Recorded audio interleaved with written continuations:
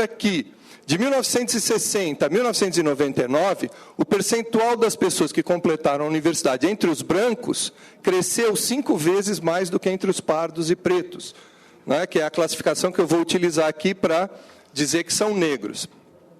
Né? E depois disso?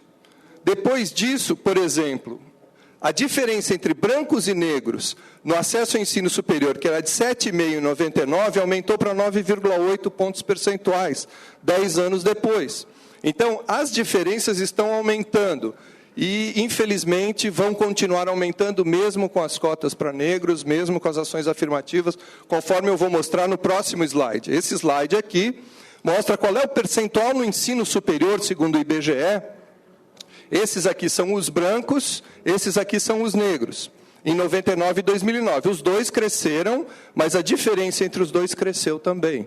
Isso significa que, mesmo aumentando o acesso dos dois ao ensino superior, brancos e negros, os brancos aumentam mais do que os negros. A discrepância aumenta. Então, você pode esperar para os próximos 10 anos que vai aumentar a discrepância entre brancos e negros com ação afirmativa. Uma notícia de jornal aí para vocês, do Estado de São Paulo, em 18 de agosto de 2011, recentemente veiculada nas redes sociais. As universidades federais criadas na gestão Lula mantêm as desigualdades socioeconômicas e étnico-raciais. Então, o que eu quero colocar aqui é que não adianta aumentar as vagas dos institutos federais. Não adianta aumentar as vagas das universidades federais, né, públicas. Isso é insuficiente, porque se você não tiver uma intervenção, uma ação afirmativa, não haverá inclusão socioeconômica e étnico-racial. Bom, este é um diagrama meio complexo, mas muito importante, para mostrar como a miséria é miséria em qualquer canto, para brancos e negros, mas as riquezas são diferentes. Se você olhar os 20% mais pobres da população, segundo esse estudo, as pessoas que têm ensino superior em verde, brancas são 3%, e negras, pretas, pardas, indígenas, são 1%. Quase a mesma coisa. Então, a miséria é miséria para negro e miséria para branco. Mas se você for subindo na escala socioeconômica, nos 20% mais ricos, a discrepância passa a ser de 20 pontos percentuais. Os negros têm 35% entre 18 e 24 anos acesso ao ensino superior, acesso à conclusão, e os brancos têm 55%. Portanto, aquela ideia de que o negro é discriminado porque é pobre, é o contrário. O negro é mais discriminado quanto mais recursos ele tiver. Bom, eu tenho uma série de dados que eu não vou discutir aqui, mas quero chamar a atenção de vocês para um muito importante, que é a seletividade racial da escola. Aqui é da região municipal de Florianópolis. Mas não tenha dúvida que isso acontece no Brasil todo. Como que os brancos e os negros, né, atravessam o ensino fundamental e médio, né, e qual é a taxa de permanência deles em relação ao primeiro ano do ensino fundamental. Então, os brancos, no sexto ano, são quase 100% daqueles que entraram no ensino fundamental. Os pretos e pardos estão perto disso. Agora, isso piora para a 7ª série, cai muito para a 7ª série, cai mais para os pretos e pardos. Continua caindo para os brancos, cai mais para os pretos e pardos. Da 8ª para a 9ª não há muita evasão, tanto entre brancos quanto entre pretos e pardos. Agora, no terceiro ano do ensino médio, você vê que os negros que sobram são 1/4 dos que iniciaram a educação básica e os brancos são a metade. Portanto, nós temos um sistema de seletividade racial. Não precisa de apartheid o Brasil. Com esse sistema, você garante a exclusão racial. E, por isso, esse é um outro problema. Deixa eu ver. Esse é um outro problema. O problema de você, no futuro, não ter a promoção de negros para que eles consigam ter uma igualdade racial no ensino superior e no mundo do trabalho. Então, começa tudo, a história começa aqui. Bom, eu vou mencionar um outro estudo de Soares e Alves, quem tiver interesse depois pode me perguntar, que diz o seguinte: essa aqui é a proficiência na prova de matemática do SAEB de 8ª série.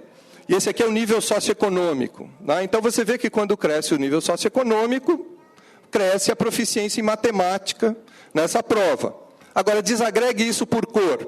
Aqui estão os pretos, que aqui eles classificam como negros, os pardos e mulatos e os brancos. Portanto, as misérias são misérias para brancos e pretos e pardos, negros e pardos. Mas as riquezas são diferentes, são mais diferentes.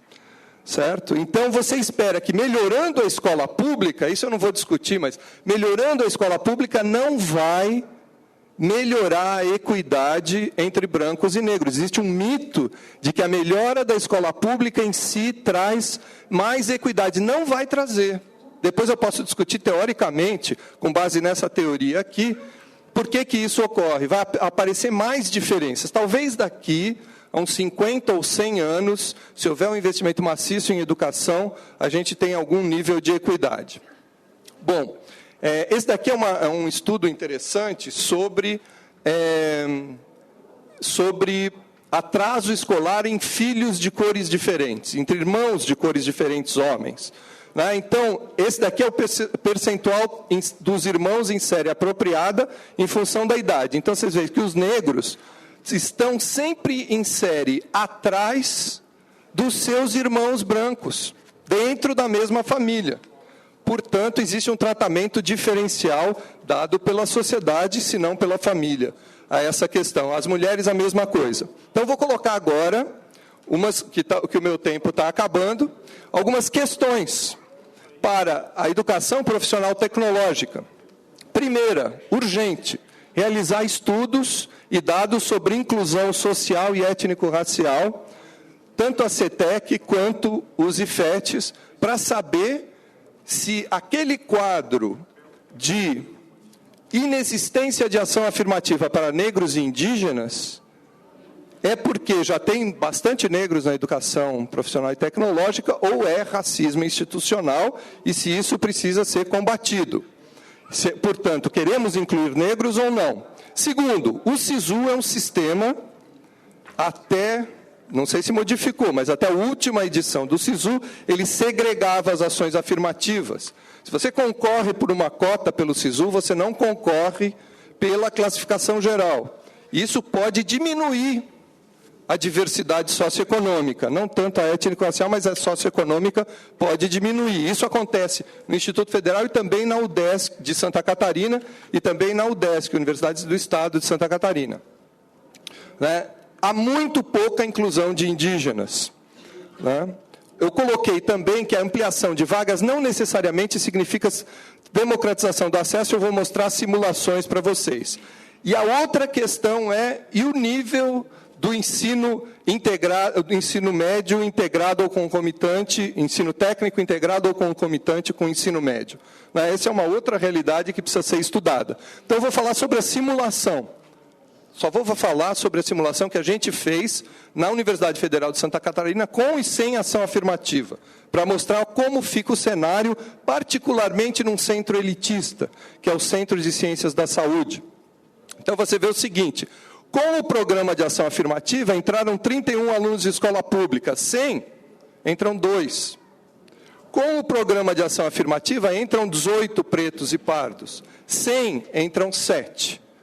Portanto, uma universidade pública, e eu acredito que os institutos federais se encontram também numa situação semelhante com relação ao ensino superior, sem ação afirmativa, você tem uma universidade para os ricos e para os brancos. Bom, então, para finalizar, eu queria dizer o seguinte: que as indicações para ações afirmativas para negros não devem se restringir à escola pública, como é na maioria dos IFETs. Esse tipo de cota, em geral, nem é preenchida. E, ao mesmo tempo, é interessante que você tenha uma diversidade socioeconômica dentro do grupo de negros. Deve haver uma meta, que pode ser de diversidade ou de igualdade racial. E a forma de se atingir ela pode ser cotas ou bônus, mas você tem que ter um objetivo.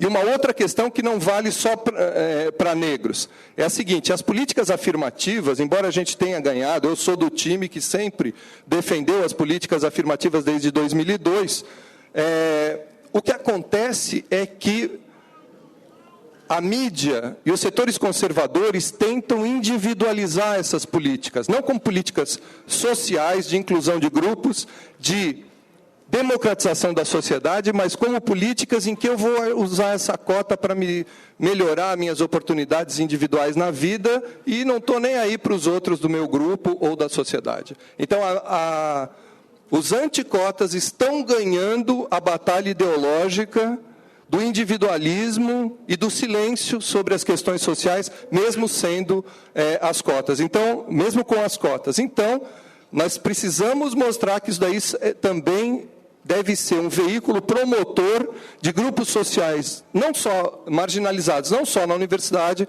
mas também na sociedade. Muito obrigado.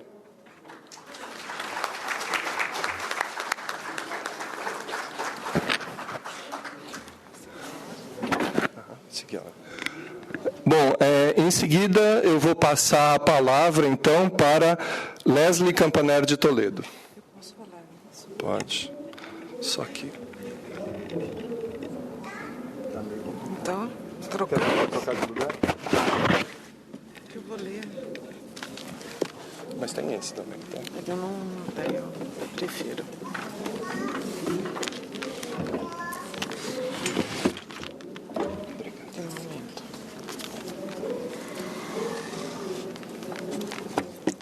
Tudo. Que bagunça. Boa tarde a todas e todos.